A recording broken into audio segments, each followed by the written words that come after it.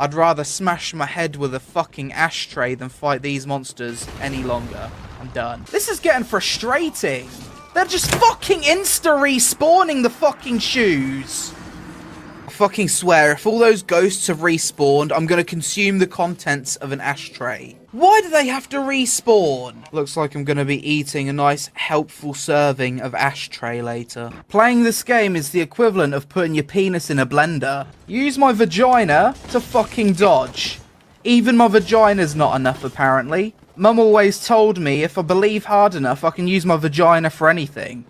Apparently, it's not good enough to help me beat Dark Souls. Well, at least I can confirm that this boss is about as fun as having Ebola for the first time. Oh my god, this game makes me want to taste gunpowder. I'm gonna snort a line of rat poison. Maybe that'll clear my fucking head. I hate this zone more than I would hate Hitler if he was still alive. If cancer was a zone in a game, it would be fucking Blighttown. Right, let's go play another game of Ghost Orgy.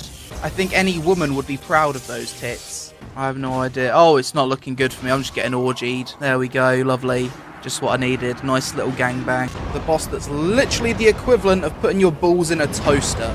This boss makes me want to drill myself in the fucking head. Oh, it's an octopus! Fucking run, dude. I don't like octopuses. It's an octopus with more eyes than a normal octopus. This guy's about as fun as tickling your dick with a chainsaw. It's about as fun as getting your head flushed down the bastard toilet. You're an absolute fucking celery stick. They make me want to take a bath in bleach. This boss makes me want to consume poison. It makes me want to snort nail polish. I actually just want to cover myself in battery acid and fucking dissolve. I don't even think Google Maps would know how to navigate this bastard zone. I'm at the point where I might as well just fucking delete my life. Hello, everyone, and welcome to another exciting episode on Millennial culture. Once again, this is I, Hitman, and I am joined by my wonderful guests, J.Ford and Melon. How are you, sirs? Howdy, doing well. Doing great. Happy to be here for the finale of the Millennial Culture stream, and then we're all going to forget about this and pretend it never happened. That's what's... Yes, I'm going to suppress this one for a very long time, and I'm glad people like Yizzy Eunuch and Dissident Knight enjoyed that little montage. People are interested, that's from a YouTuber called The Lazy Peon. He mostly covers like MMOs, but he decided to play the original Dark Souls many years ago, and that's a compilation of clips from his playthrough, and yeah, it's so enjoyably cringe that I just had to share it with you all. So yeah, you know what I appreciate about British people? We don't think of phrases like ghost orgy or balls in a toaster. That seems to be like a specifically English. Like that would never occur to me. That's what I love that. I love the awful specificity of douse myself in battery acid and fucking dissolve. Just top tier right there. You know, I've heard D say this too. He'll be like, generative avaricious pond scum. And I'm like, that's brilliant. This is not something the American mind cannot comprehend. Anyway. No, certainly. And as we're on the topic of games and gaming, I've got some other stuff to share. So, okay. There we are. So, if people don't know, this is Ludi et Historia. He is a YouTuber that does a lot of Paradox games like, Victoria 3, EU4, etc. And I watch him very rarely, but because I watched one of his videos recently, this came up on my recommended. It's one of his posts, and yeah, this is not healthy. Playing nearly over 230 hours of video games in 2 weeks. If you were to, I did the math. So assuming he's having a healthy sleep schedule, this means that he's playing a video game every waking hour, and I'm pretty sure he's not got a healthy sleep schedule. Yes, for reference, there's only 336 hours in a 2-week period. So, yeah, basically 2/3 of his time. That's literally everything. Maybe video games were a mistake. I don't know. Maybe they were a mistake for it. Yeah, that might be a controversial statement. Maybe I'll throw that out there as a video game enjoyer myself. I always don't like the cold take online where it's just like, video games need to be launched in the sun, and you're not a man if you play video games. Like that's a little bit extreme, all right? But perhaps after witnessing the excesses of some gamers, maybe they need to reel it back in, just a little bit. Yeah, this Nice. is something I think millennials are particularly susceptible to. Is like, I don't know if we have a phrase for this, avatar syndrome, where you're empathizing more with your digital copy on some sort of media form. Are Zoomers this bad, Ford? Like, I mean, you're like an older Zoomer, but do you think this problem's going to persist? I mean, you see many of the same problems exist when people are socialized entirely online. One could look at the alpha generation and look at Roblox and sort of take that as a par for the course when it's understanding just how much they're trapped in a simulation. I wouldn't say it's 90%, but it's definitely a non-insignificant amount of people. No, certainly. Oh, Right, you mentioned the simulation. So this has been something more schizophrenic people like Mike, and we love Mike here, but he's definitely like, the forefront of this sort of thing. Now this is reaching more normie adjacent people like Aaron. Like they're noticing that we're living in like these different layers of simulation. And I was one of the guys who was like, okay, Mike, I've heard enough about Baudrillard. Like, shut up. But no, but he needs to never shut up. Like, he's totally on the ball, correct with this. Like, this has been out of hand for like over 10 years at this point. Right, and the observation that we live in a simulation, it's always going to be prescient, and it's not going to really stale in the same way like a lot of other topical political things. Like, okay, so like let's look at like the Twitter cycle, which in itself is a simulation of discourse. But let's look at it and say, like, do we really want to have discourse on women? Do we want to have discourse on video games? Do we want to have discourse on X, Y, or Z? There's like these sort of news cycles that always happen with this sort of discourse. And every single time, like, the server gets wiped, we all start at level 1, and then the discourse happens again and again. And literally what's happening is like people are just speed running the discourse now. It's happening over and over again. People are just, they're getting so good at the discourse that it's almost like a skill that they're picking up. But understanding that like the discourse or this and the simulation itself is something that needs to be rejected, that's where you're actually going to see people who are actually breaking out of that sort of game, and they're going to be blazing trails much more in the real world, and they're actually going to fix things. No, certainly. How you doing, sir? Oh, doing good, man. Kill number 50. We just started the game. Yeah, how about you guys? I just got out of the loadout screen. We were Yeah, just we just Just a quick question, sir. How does one get to where you're at? Prioritize. Prioritize like what? Like what? Do you guys have jobs? yeah. I mean, Yeah. Both wrong answers. Lose the jobs. Number 2, sex. You guys having some? yeah. I mean, Wrong answer. Sex equals minus kills. No sex plus kills. I never looked at it that way. Yeah, you should. how much sex do you have? None. Battlefield's my pussy. You got a shit bucket? I'm sorry. Yeah, a shit bucket. I don't. I'm not sure if I follow. You go to the bathroom, you're not playing Battlefield. You're shitting in a bucket, and you're playing Battlefield. I can't believe we didn't think of So Zero, this is, zero. yeah. So, but this is interesting because it's still kind of masculine, sort of. But now, like, whatever like simulation thing is happening, like this was making fun of a cringe thing that was happening at the time, like over 7 years ago. But there was still like a hint of like, do you know what I'm getting at, Ford? Like, it wasn't as gay as it is now, but it was the same problem.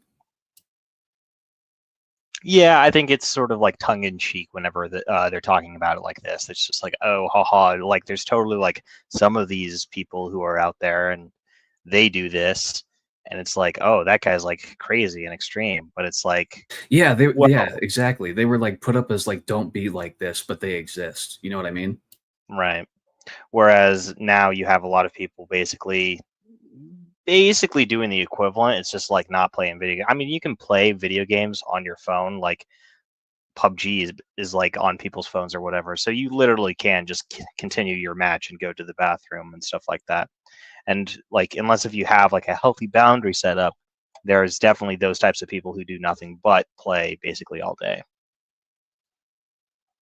No, certainly. And I remember this sort of thing they were talking about in this clip. I remember it was referenced in that infamous episode of South Park, the World of Warcraft one, where like they all get like comically obese and playing out. They never go out. And I think it's Cartman, like he's like, "Ma'am, grab the bucket," and he like, yes. But that was like an extreme outlier and was acknowledged as such. And people couldn't admit that they, like when WoW came out, people did not admit they played it in polite company. But now it's been like this sort of like stimulation sickness has been very normalized. No, well, and you can't even get away from it because, like Ford said, it's on your phone now. Like, I mean, in some ways, like Pokemon Go is less bad than this because you're outside, but you're not escaping it though. I don't know. Yeah. All I'll say is because I didn't have a smartphone at the time, I never actually played Pokemon Go. So, yeah. Thanks, buddy. Just keep your mouth shut and let Norm do the talking.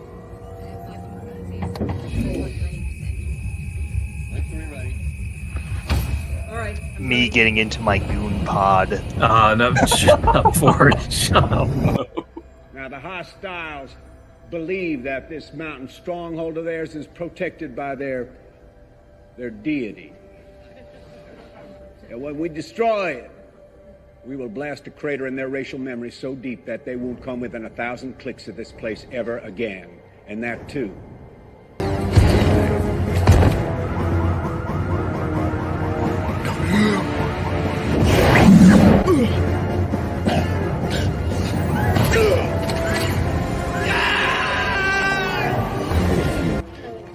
were chosen to stay.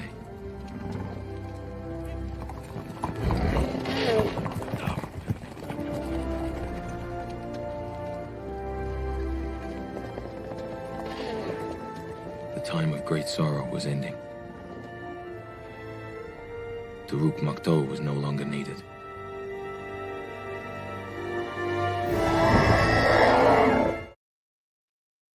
One aspect of that film, which is quite disturbing, is because obviously he's chooses to stay as a Na'vi, but if you think about it, he's kind of living like a permanently fake life in a simulation, so it's actually like really dark. Yeah. Right, and the idea of the movie itself is that somebody would be enticed towards that sort of thing because their real life sucks, you know? Like, the dude in the movie doesn't have the use of his lower legs, if I remember correctly.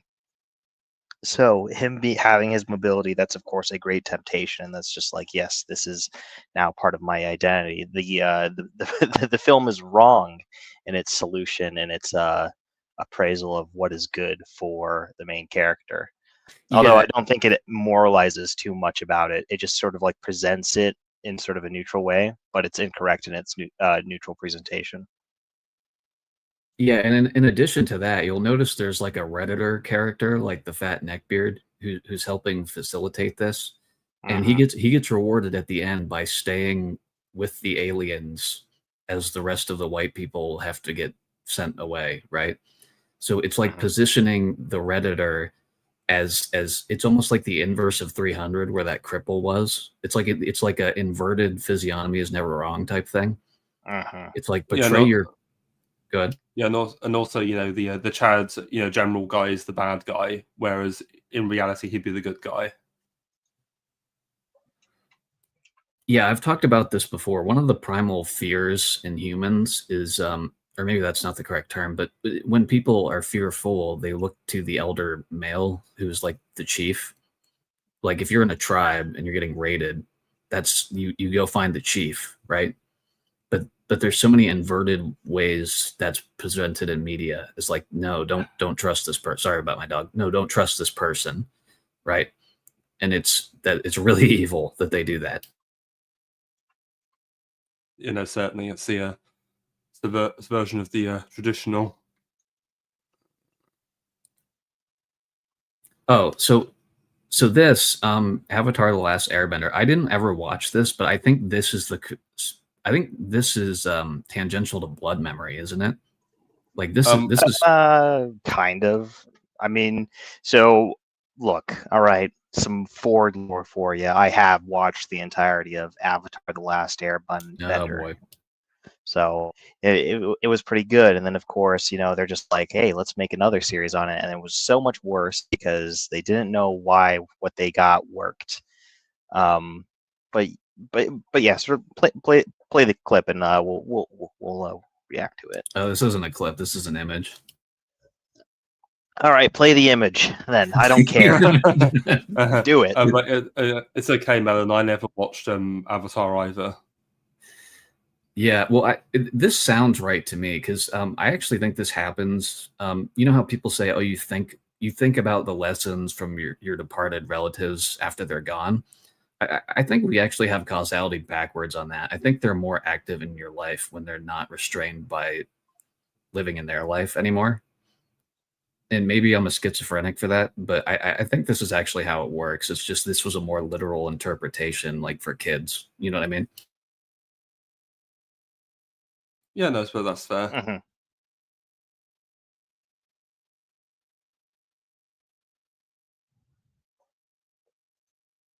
Right. So this is nightmare fuel. This is going to be the alternative to like natural blood memory. They're gonna set up like a fake version of it. Yeah, this is horrible. I'm not gonna lie. I hate AI more and more with each passing day.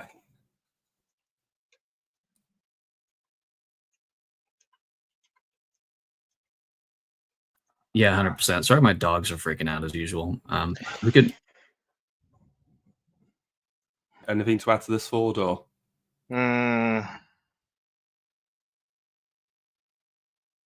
Yeah, where's that cognitive security thread, Ford? We need that. Yeah. Okay. So, like, I'm kind of the opinion that most people don't do like recollection of memories all that much. I think that's sort of like a lost skill with the smartphones because we have pictures and we have videos and stuff like that. Camcorders were, of course, the very first thing with this. And of course, pictures are memorable and stuff like that, but we've lost the ability to recall, and we've lost the importance of a particular moment in your mind and the impact that it has on you because we have an image now that sort of like commemorates that. And I'm not against commemoration of something, especially if you want like a picture printed or if you want to keep it physical or something like that. But the problem is that now you have those images and then you're basically effectively able to hallucinate by putting on you're able to put movement onto these pictures that wasn't there before. And what happens with the brain is that when you remember, your your occipital center of your brain actually fires up and it basically plays those things on your eye patterns, or where you would be perceiving eye signals from. So actively recalling is actually using the picturing image of your brain, which is the same one that processes visual information.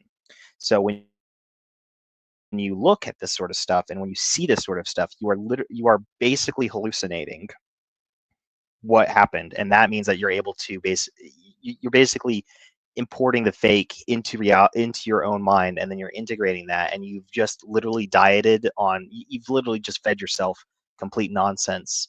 And people will talk about information diet. They'll talk about psychosecurity. They'll talk about psyops and all sorts of relative cognitive features of the brain and cognitive security. But like AI is literally a perfect weapon because it's one of those things that you can almost not defend against.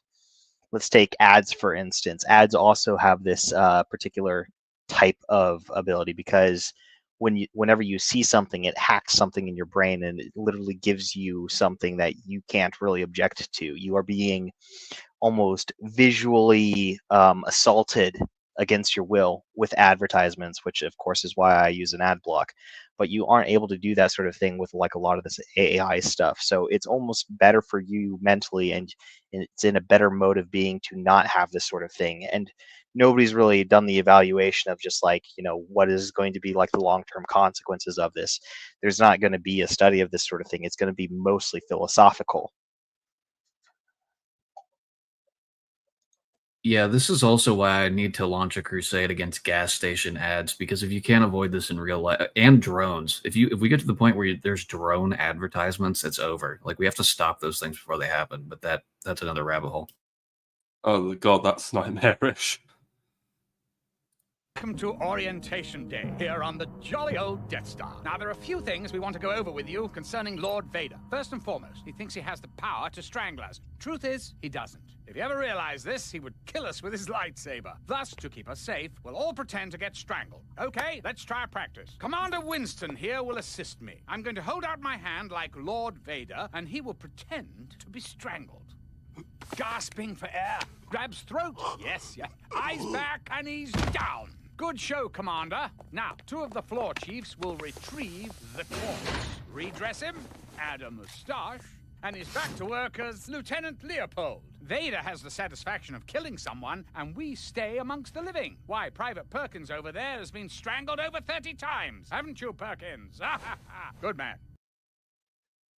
Right. So I liked Robot Chicken, right? But there is an element here of the original Star Wars had like a metaphysics to it that this is that like the 90s and so forth was deconstructing. Like, you know what I mean?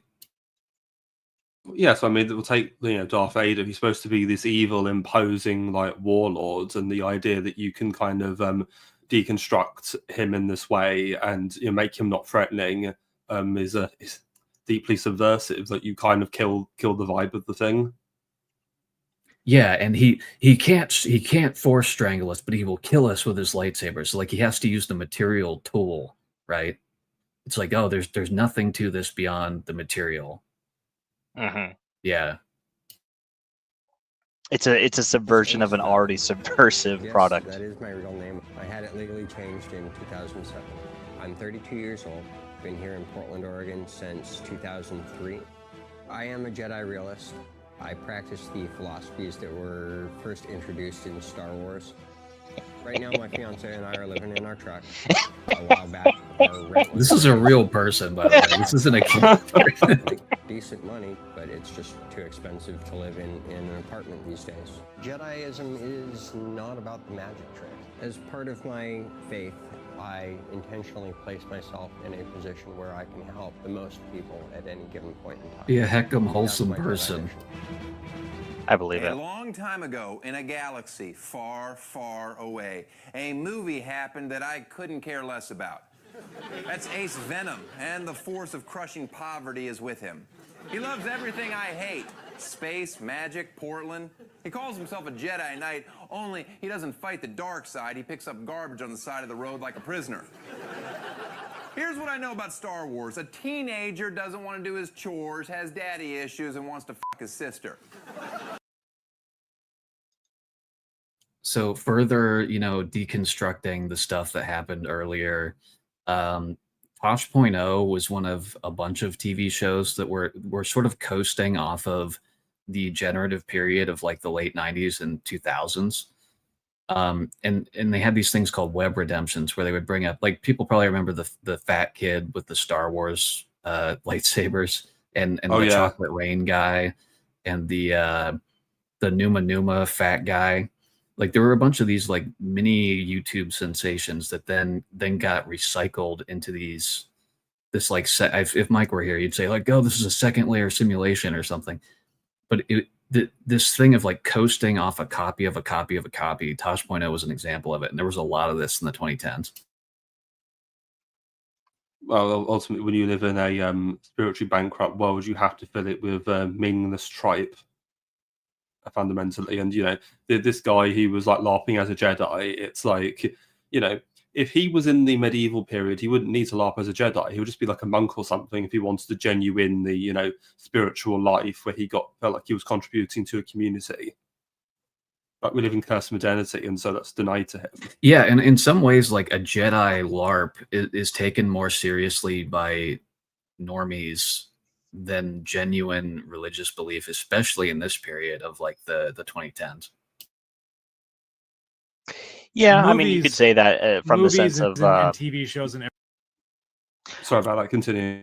No, I was going to say, like, I mean, you could sort of say that from the outlandish sort of new, like the fact that it's a new thing and the fact that somebody has done it is something that, it's like, oh, this is a real person who does this sort of things, whereas people just don't have that same sort of because it's not novel in the Christian sense. It's not something that people will turn their head twice at or really care about in particular. I'm sure back in Rome, when it was really first a thing, people would look strangely at these people all the time. No, absolutely. Everything is like so terrible now. Like it's like actors and actresses are not as attractive. The plots aren't interesting. Like Red Hawk, you and I have tried to do like stuff on romantic comedies. Like romantic comedies are a dying breed. And don't get me wrong, I love my romantic comedy, but I also feel like there's going to be less romanticism kind of shoved into my kids the way it was for me. Like they're not going to be like, I can't get married yet. Like I haven't slept with Natalie Portman yet, or like. Like so true. Well, I haven't had my manic pixie dream girl yet because I don't think they're going to have that suitcase full of Judd Apatow films that tell them that they can kind of be a worthless 20-year-old and still like impregnate the blonde. So they're. Yeah, and this is really hitting on something because millennial brain rot, part of that is they think there will be a scene where they like get up in front of people on a stage and talk about something and like solve the problem. I actually saw a lot of people talking about this with that recent guy who's that I forget his name, but he's like, oh yeah, I'm a racist, anti-Semite, Hitler loving something or other, doing an interview, and he's like, yeah, I'm just gonna win this interaction with the media. Yeah, like that's like a millennial brain rot, movie brain problem, in my opinion.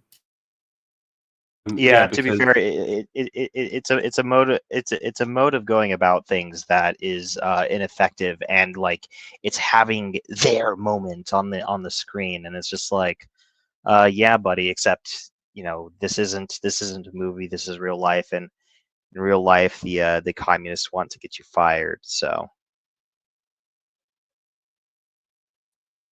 no, certainly. And speaking of Hitler, but Callum of the Lotus Eaters, on his most recent video and trip, went off to explore Iraq, and he apparently there was this restaurant that existed for a time, but sadly it's closed down now.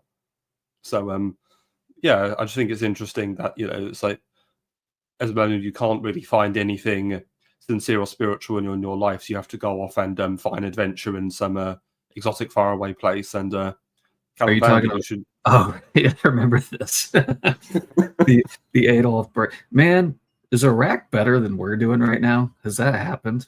I mean, honestly, look that bad. Honestly, from watching that video, in some ways, Iraq looks more stable and prosperous than some Western countries in certain places. So, yeah. Oh man, it's okay, Ford. Don't you want some an Adolf cheesy burger or an Adolf zinger? Yeah, I'll have an Adolf spicy zinger, please, or maybe a Grand zinger. I remember Luthemplar or Cringe Walker was saying Didn't he find like ancient Sumerian tablets just lying around or something? Yeah, he did, and yeah, if only somebody could translate these. You should get that Luke Farrater, who's that guy who works for Doge, who like translated like some ancient tablet from like Pompeii or something. Get him on it, and he'll probably be able to translate it. Hey, I'm Johnny Knoxville. Welcome to Jackass.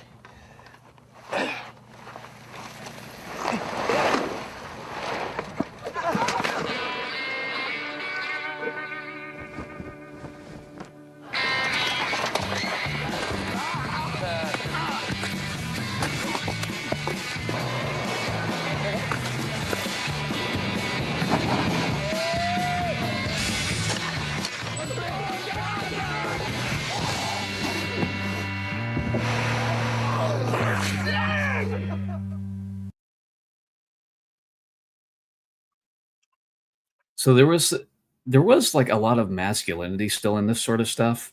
It's almost like they at the end of like the dying end of television, it was like, how can we get the grossest, like most impactful, like visceral thing possible to like blare out people's dopamine receptors. It was like wringing the sponge towards the end of it. Yeah, it's just indulging in like shock and crassness, and because it's because funny because I remember, Melon, you shared with me, there's this infamous skit from Family Guy where like they're all like, let's have a contest to drink like this horrible medicine, and they're all like vomiting all over like the living room, and it's just like, yeah, there's something very spiritually very sick about it.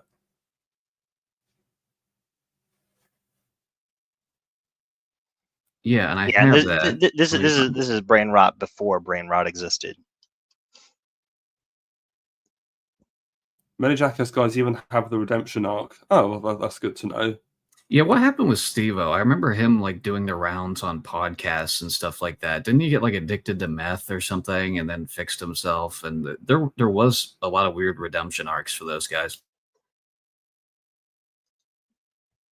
Yeah, kind of. I just remember back in the day, and I've never seen Jackass. Just everybody would say, "And this is Jackass," and then do something unhinged, and it was just like it was a staple for a little bit, you know. That's actually something that Bear's talking about. So I don't think this happens anymore, Ford, but emulating what you saw on the television was a big thing.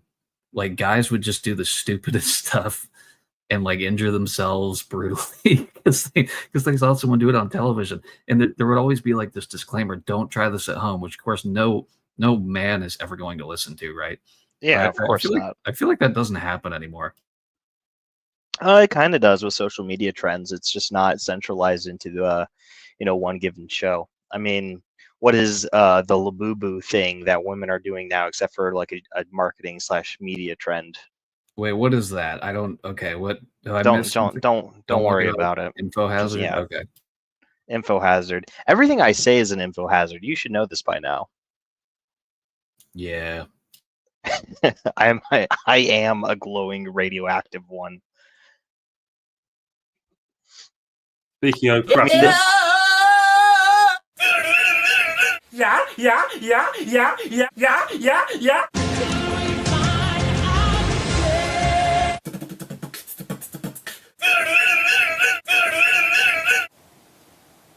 Hey, SA, I'm breaking into your car. Welcome to the rice fields, motherfucker. Welcome to the rice fields, motherfucker. Hey, SA, I'm breaking into your car. Hey, SA, I'm breaking into your car. Hey, SA, I'm breaking into your car. Hey, SA, I'm breaking into your car. Something smells awfully like shit. I said a hip, a hip it, and a hip, hoppity, don't stop. I'm rocking with the band, boogie, the about that, the push,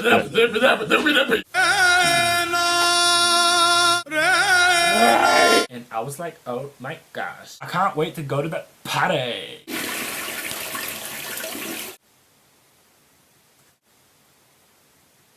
Welcome to the rice fields, motherfucker. Welcome to the rice fields, motherfucker. Welcome to the rice fields, motherfucker.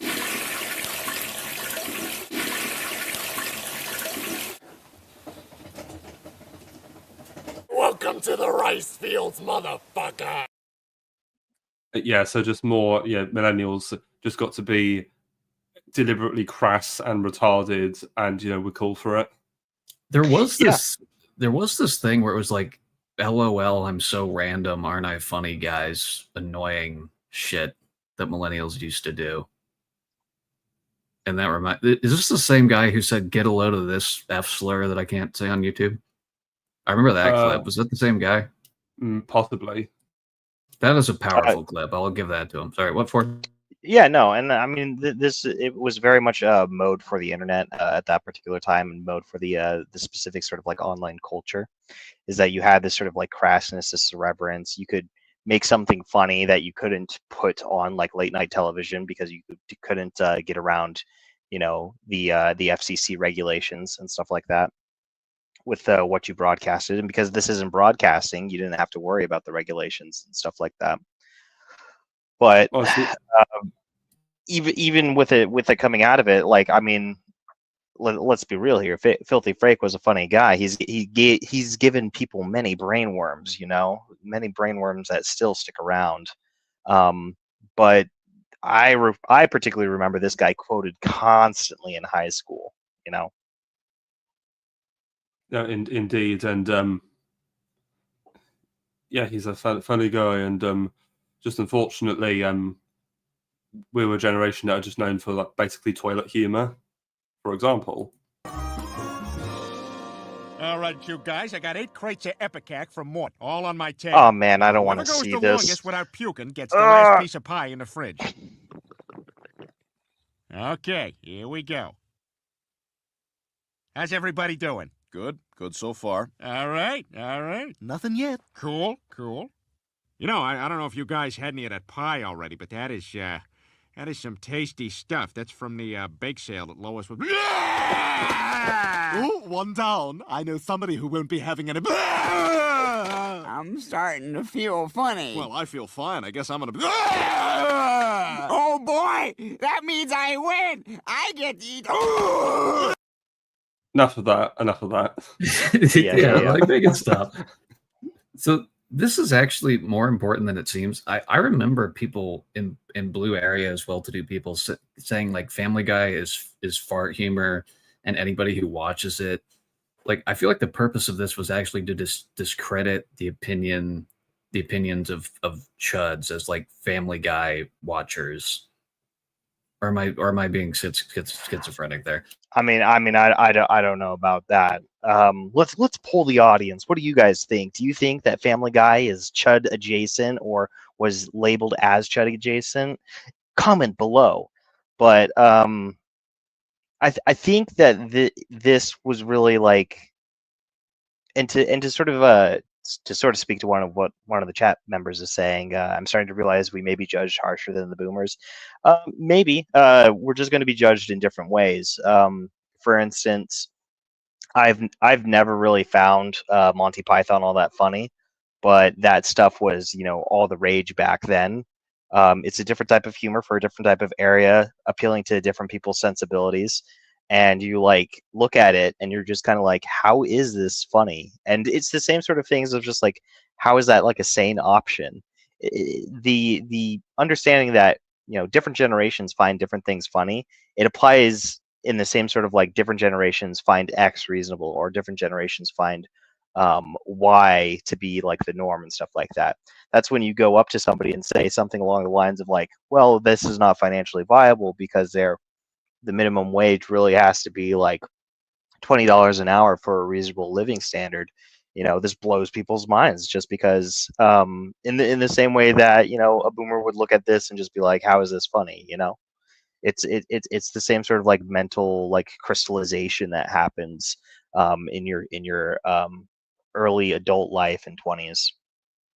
No, and speaking of Family Guy, whether it's for chuds or not, I remember there was a special episode where Seth MacFarlane was like showing the show to like lots of different people, and I remember there was an awful lot of like right or conservative leaning people saying, "Oh, this show's horrible, crass.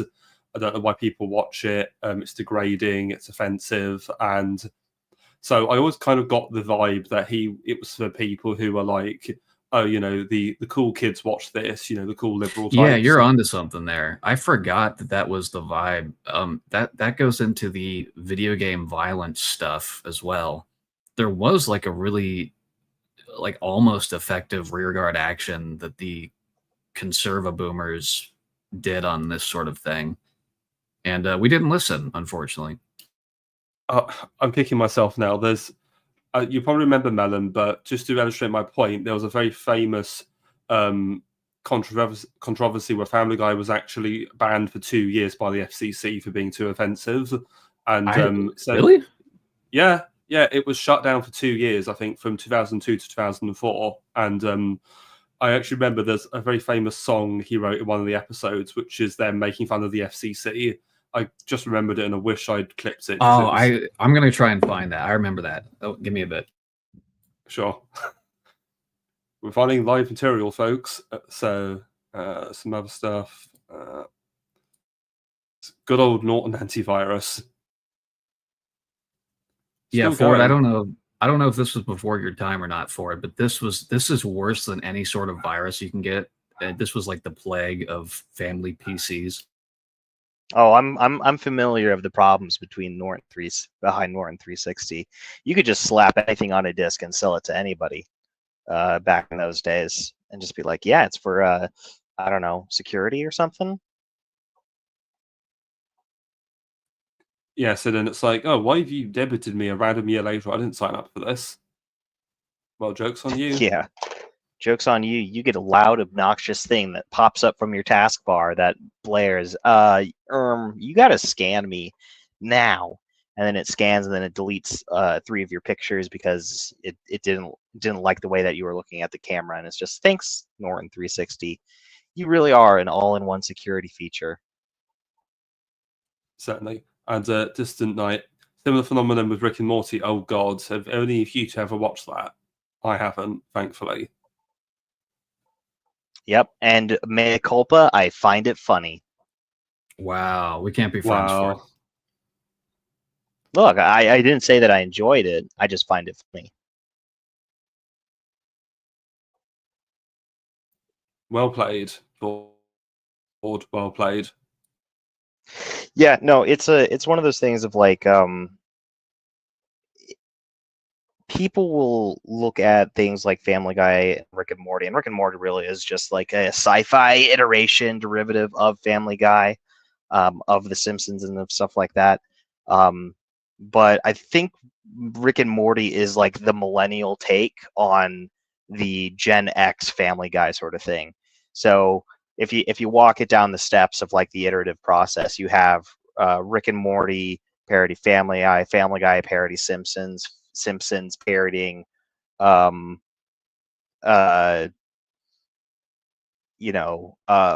is it? What am I thinking of? There's a cartoon. It doesn't matter. But it's like the idea is that like the generation next to it try to sort of like one up it with its crassness. Yes, I know that Rick and Morty was worse than Family Guy. All right, yeah, you can just label me anti-white. All right, that's how it is. All right. I'm sorry for finding some enjoyment in this miserable hell of modernity that I can laugh at like a fart joke from Rick and Morty. Well, Rick and Morty, it's just the people who like Rick and Morty that are the problem. Like, I don't even think that's not true. That's not true. All I have to say is I remember Sargon or Carl Benjamin actually saying that he used to watch Rick and Morty, and I'm like, bloody hell, Carl, what are you doing? You're a man in your late 30s. Yeah, I mean, realistically, I shouldn't have admitted that. I don't think Mossad should have even been able to get that out of me. But here I am.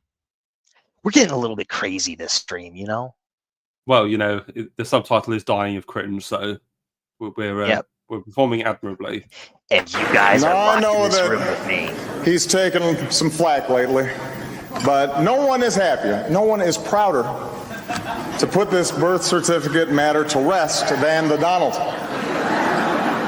And that's because he can finally get back to focusing on the issues that matter.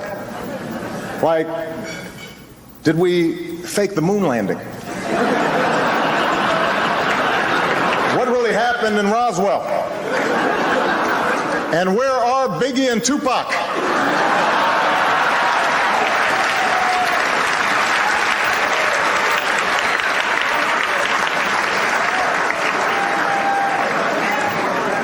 All kidding aside, obviously we all know about your credentials and breadth of experience.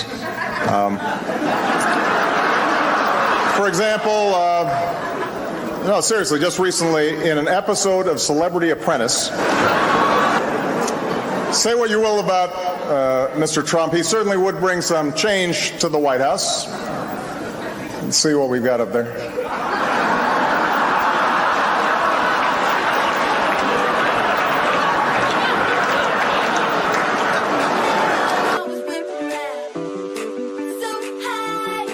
We are going to make our country great again.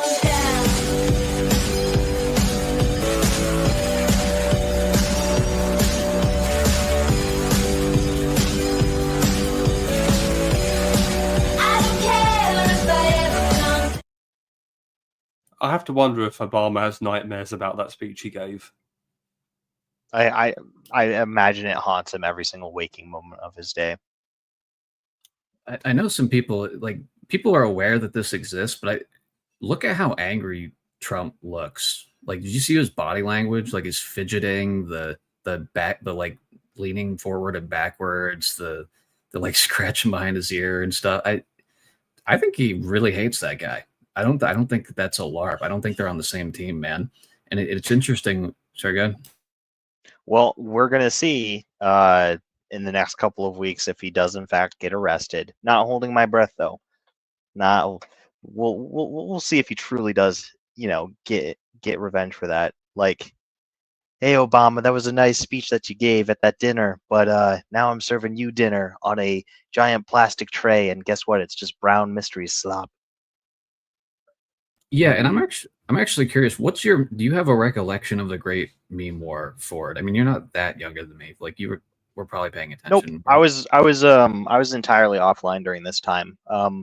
I was online specifically for like this year and the year after it because I was finishing up senior year of college, and then I went directly into the military, and that basically demands 6 months of your time not being online.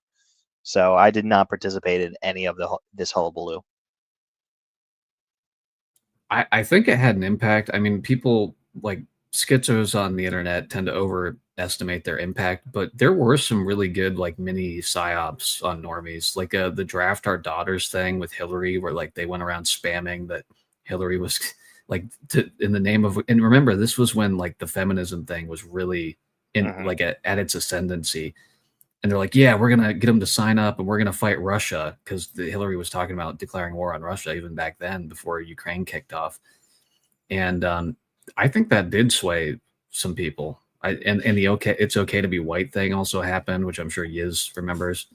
There were some decent like 4chan led psyops against the public during this period. I don't think it was nothing. Yeah, so what's interesting to sort of trace back is the ability for memes to really spread back then in the more organic sense. Nowadays, because of algorithms and stuff like that, it is much harder to have more ubiquitous and more shouted off things. The internet as a whole is basically sequestered into nodes of people. And the only thing that's basically like allowed to achieve virality only falls into about 50 categories. You're not going to see something really break containment in the real sort of like mimetic sense unless if you either have a new social media platform that doesn't have algorithms that do this sort of thing, or if you find a way to have multiple of these nodes harping on the same thing at the same time. But these nodes are not just along left and right divides. They're split up in several different ways.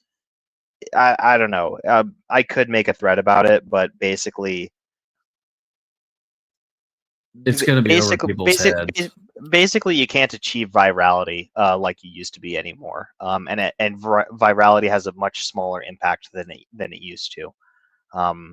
I guess one of these things is that now we live in a global internet, a sort of simulation. So because of that, you're also fighting against the global population. And it seems that they've figured out that woodworking videos and using tools improperly and pouring resin into dead trees is how you make the most money on these things now. And that's really what viral content looks like right now. It's not clever. It's not discussive. It's not.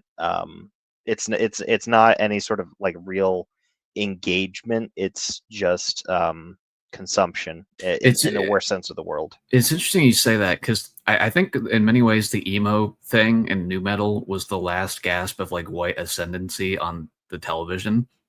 I think the Great Meme War was the last ascendant period of whites on the internet.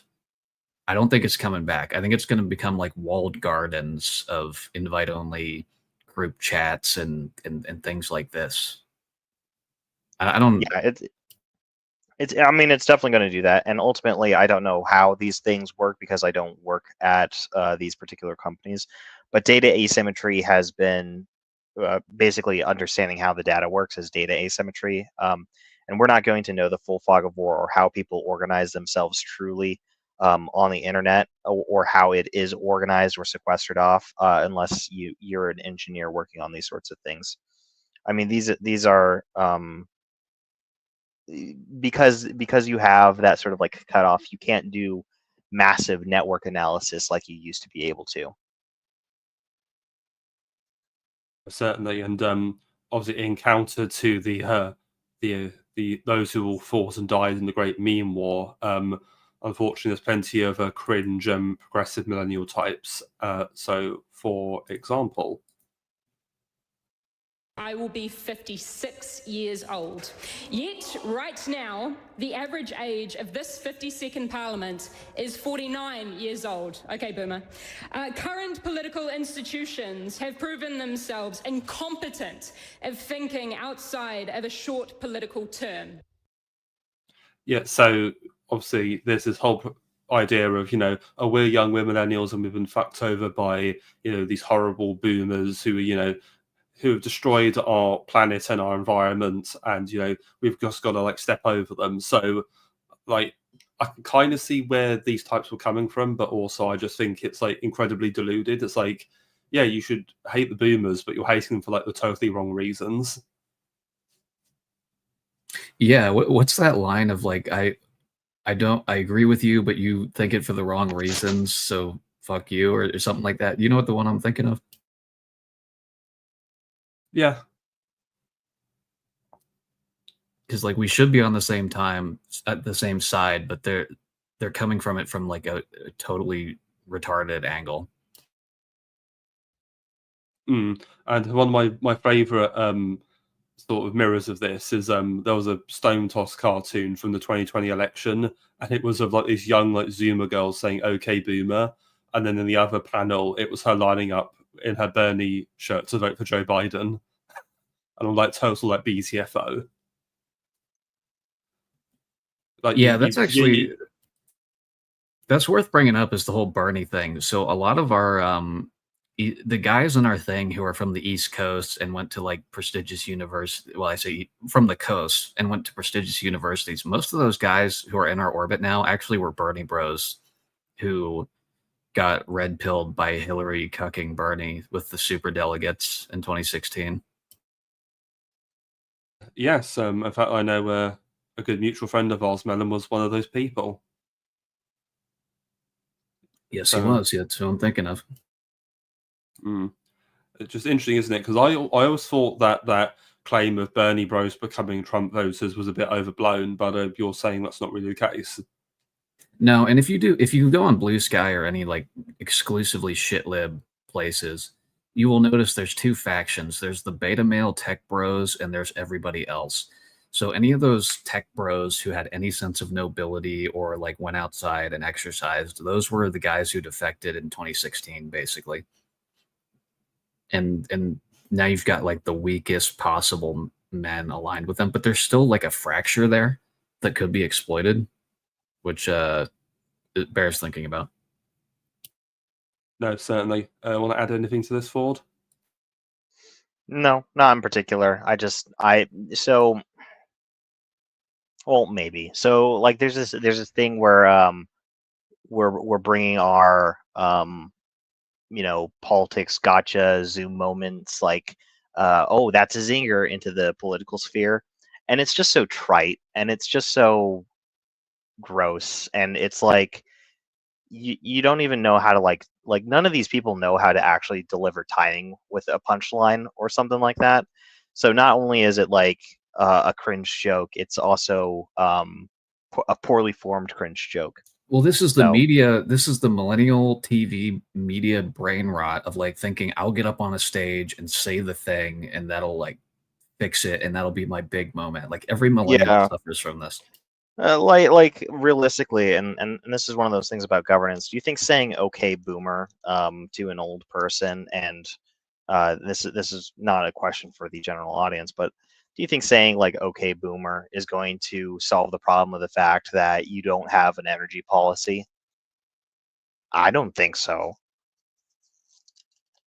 And it's just like it's very childish, and it doesn't actually get anything done, and it just frustrates me to no end. But Vord, I've got vibes, and that vibes win, right? Look, all right, I'm an appreciator of vibes-based politics. All right, I don't read all that much. I'm not into huge into philosophy, so I can appreciate vibes-based politics. But vibes does not. Vibes can dictate a whole lot of stuff. It's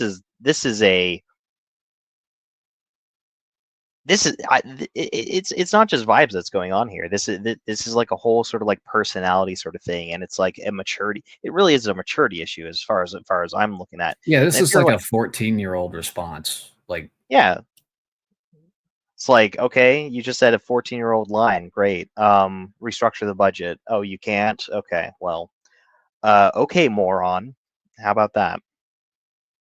I don't know. And well, what's worse is the fellow to her right in this clip.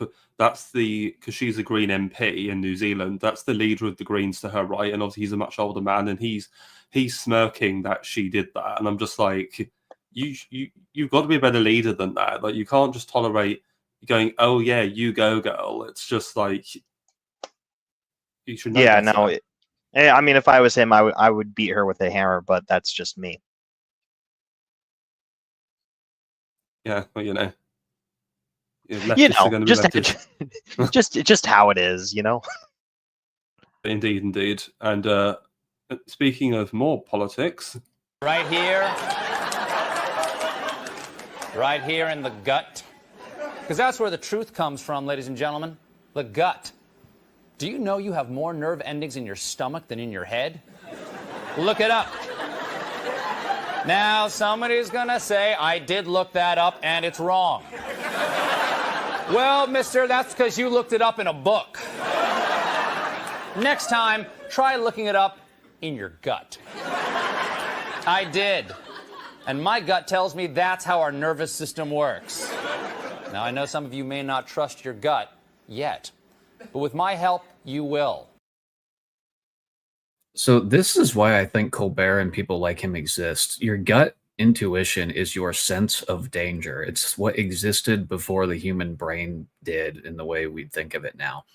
And I think that's how we got here. It's like people literally, because I've seen this in other formats where there's usually a white guy and he's saying, well, my gut says don't do X. And it's just like making fun of and dumpstering that guy. I think this is why this was his first ever episode, by the way, ever. Yes, on the Colbert Report.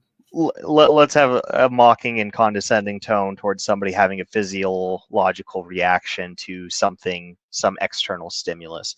It's like one of those things. Is like they don't understand the thing that they're actually like critiquing here. It's just they're basically saying like, oh, you're uneducated, so we get to laugh at you, which is basically the thrust of it. Deeply subversive.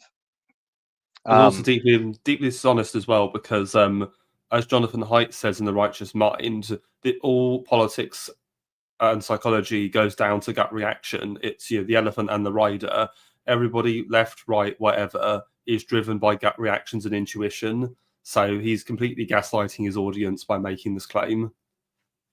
Yeah, right. Do you think that you feel? Do you think that the liberal understands a gut reaction when they see somebody being treated unfairly, or they sense like some injustice going on? No, they're going to immediately put that on the top of their hierarchy, and they're going to just be like, "Oh, this is wrong because justification, justification, justification." When really it's that sinking feeling that you get whenever you look at your morals being violated. No, exactly. And I remember you made a post on X and Melon where Stephen Colbert's like so evil because he pretended to be the friend and guide of the Chuds when really he was like misleading them. Yeah, I mean, I remember unironically watching his show and enjoying it and taking him at face value, and I was not an outlier in that, and he was not our friend and never was our friend, Well, fittingly, his show has just been cancelled recently, so good riddance, I suppose. Well, I mean, he's done. It's good, but number one, he's going until May, and he's done his job. Like, he did it. He successfully got people to ignore their sense of danger for like a generation. I mean, this guy should be thrown in prison, like in my opinion. Yeah, fair, because it's a bit like saying, "Yay, we've stopped poisoning the water." Yeah, well, all the people who drank the poison water. Yeah, it do be like that. Nice Charlemagne reference, but let's move on. He leaves behind family, friends, fellow Marines, and a grateful nation.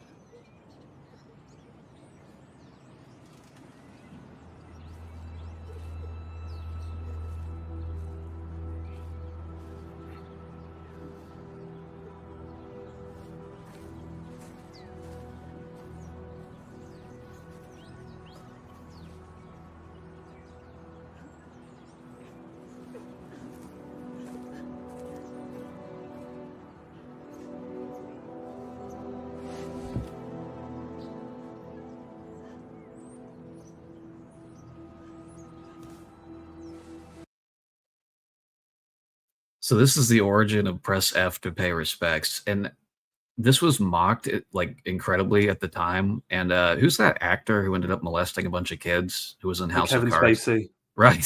So that guy turned out to be a pedophile, right? Of course, many such cases.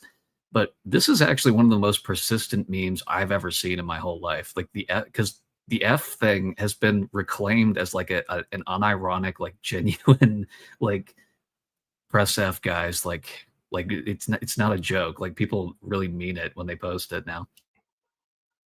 No, it's true.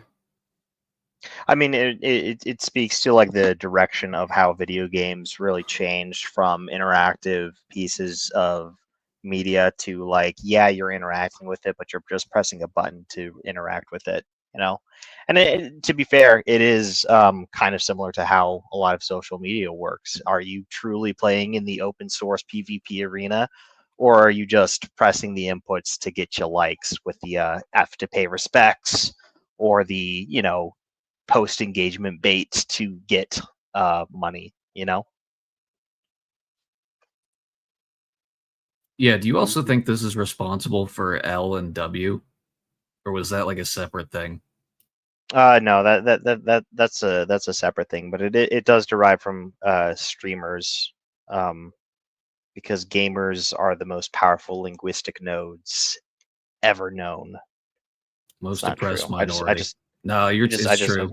You made that up, but it's true. My gut tells me it's real.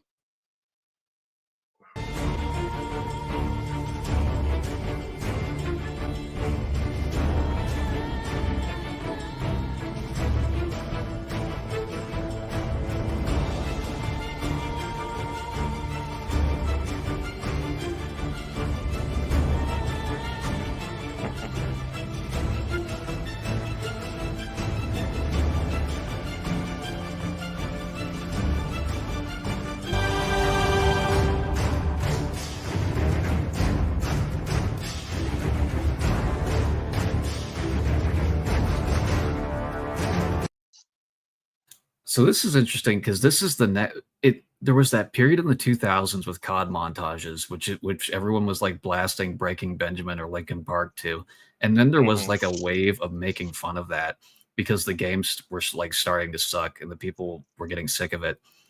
But this also neatly encapsulates a change in gaming that happened around like 2013, where everybody just started looking up a guide for something and like trying to.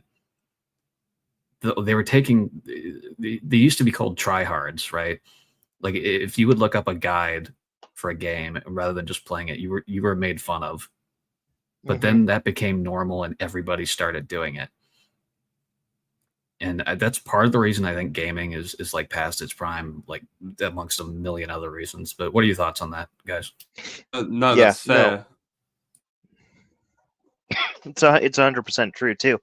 And the thing is like because you've got these people doing optimizations and you have people practicing inputs, takes away from the enjoyment for the other more casual players as well.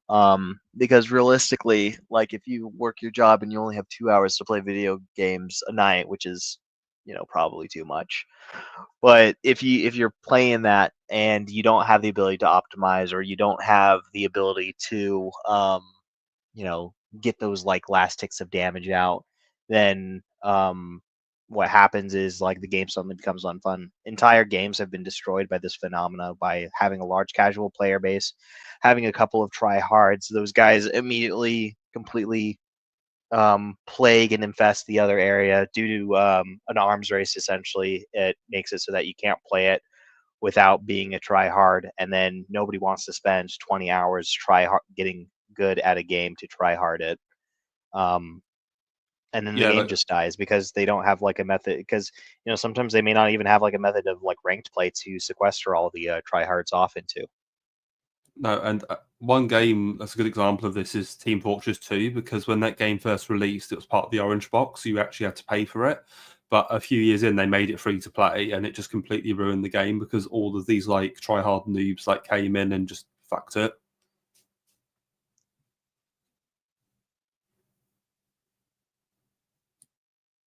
Yeah, I don't think it's ever going to be the way it was, man. I kind of feel like boomers had this with music, where like there was like this generative period of music where it was just really good, and then that like died, and then there was like a resurgent later. But then I feel like gaming's kind of done and over with. Yeah, I've got.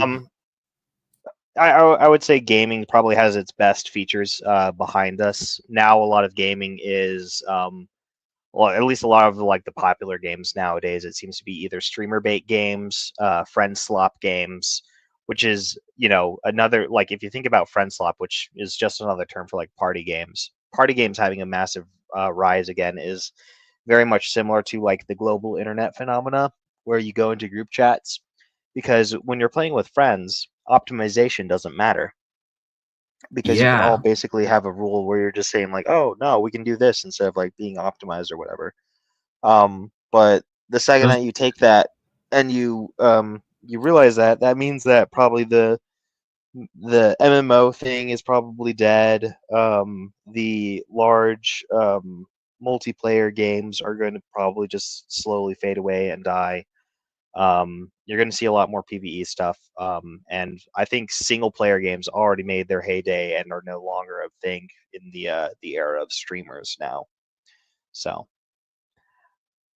yes, but with the power of friendship, we can fix this. They used to call those things house rules in forums. Actually, they would used to have house rules for games. Total War had this, which Hitman probably knows about because that was a British company. There would just be a list of stuff you couldn't use when you joined the lobby. And that was like... Yeah, I remember playing Empire Total War battles, and it was like, right, no your sit skirmishers mostly, no spamming this, that's banned. Yeah. Because otherwise you just get stupid shit. Yeah. But where does that leave us, I suppose, when it comes to video games? Drop them now before it becomes an unbearable rote thing that you have to just keep on doing, I suppose. And I know all the gamers out there who are listening to me totally believe me, but They did come for your video games. They did kill it.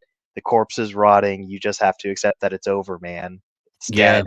This I've had this discussion. Like the white guys are like gaming is now. I can't say that word. Gaming is now black people coded. Like that's where we're at. Just stop. Like yeah, if you want the future of gaming, just imagine another basketball or sports game released every year forever. Oh no.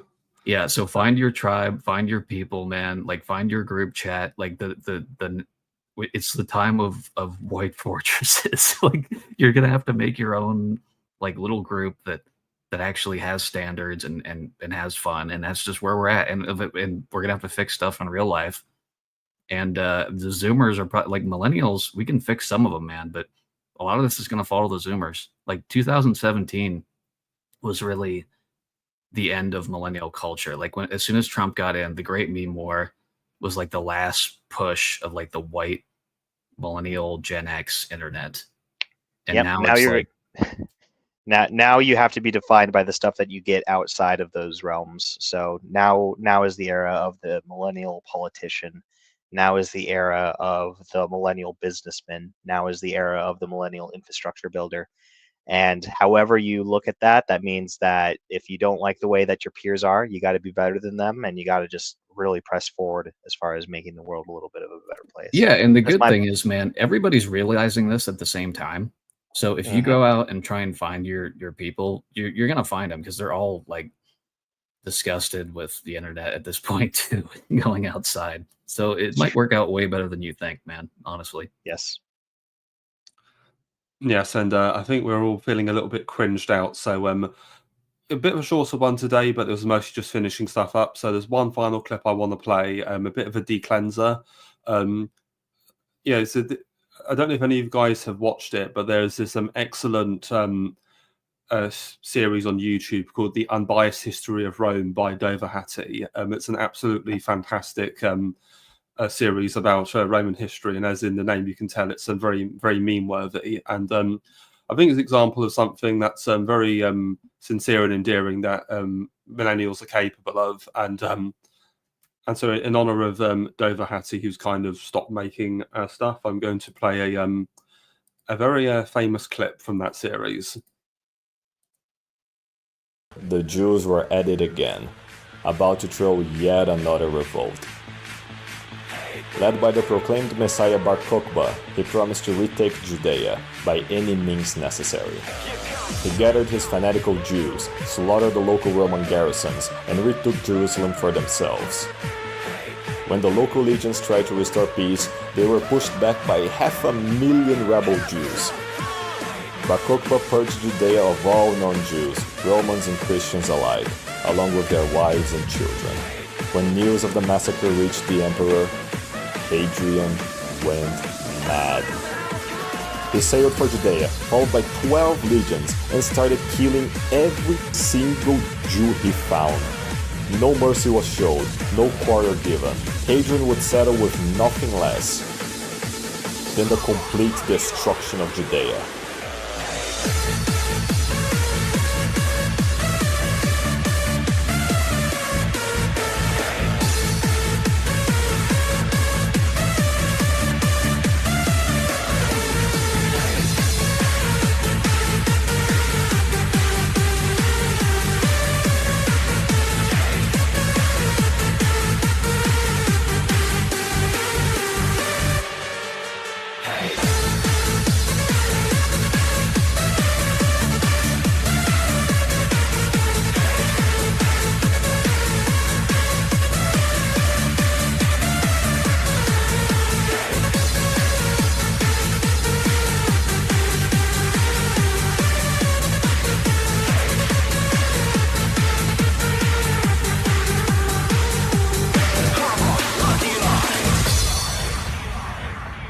Hell yeah.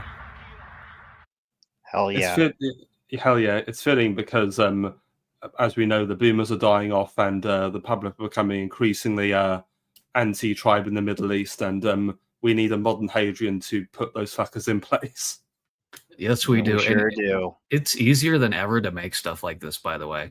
Like if you're a gaming autist, just start making short form stuff like this and sharing it around. Like that's a better use of your time. And it's That's so much true. easier than it was in like 2010 to do this. Yeah, things are actually looking up the more I think about it. It's just like the past is, we're past it. No, absolutely. Right, so is there anything you gentlemen would like to shill before we get out of Dodge? Nothing to shill as of right now. I did publish an article for the Old Glory Club, a great article recounting my time spent in North Carolina, along with Melon. It is a useful tool for anybody who is interested in doing something locally or anybody who is worried about disaster striking their area. It is a very, I wouldn't say in-depth, but it is designed to get you started, at least in that realm. So please check that out. You can follow me on Twitter at J_Ford XYZ if you're interested in that. Other than that, I don't really have anything. Nothing to Melon? shill for me. Thank you for indulging in my millennial reminiscing. I think it's time to forget about a lot of the millennial stuff. Time to go outside, guys. It's time to step over it and become what we are. It's time to go out and touch grass, as they say. As they say. Yeah. Well, in terms of this channel, next Tuesday I should be getting a Mic of Pole back, and we're going to be talking about Simulacra and Simulation by Jean Baudrillard. We should have originally talked about it last week, but something personal came up for Mike, so we had to delay it. And also, this Saturday, I have a very special stream at 8 p.m. Evening time in Britain, or 3 p.m. Eastern time. I'm going to be having Mr. Peter R. Quinones on, and we're going to be talking about Iranian-Israeli relations. So if you're interested in that, give that a watch as well. And just going to make sure we've not had any super chats on Entropy. No super chats. All right. Well, thank you so much for tuning into this mini series, everyone. I'm not sure if we'll do anything like it in future. I think we're all cringed out now. Yeah, So, we're cringed out, man. It's time. It's time. It was fun. Yes, fun. Yeah. So radioactive levels of cringe. Yep. No, thank you for having me on. Great series. No, cringe my heart and hope to die. Indeed. Well, good night, everyone. See ya. Good night.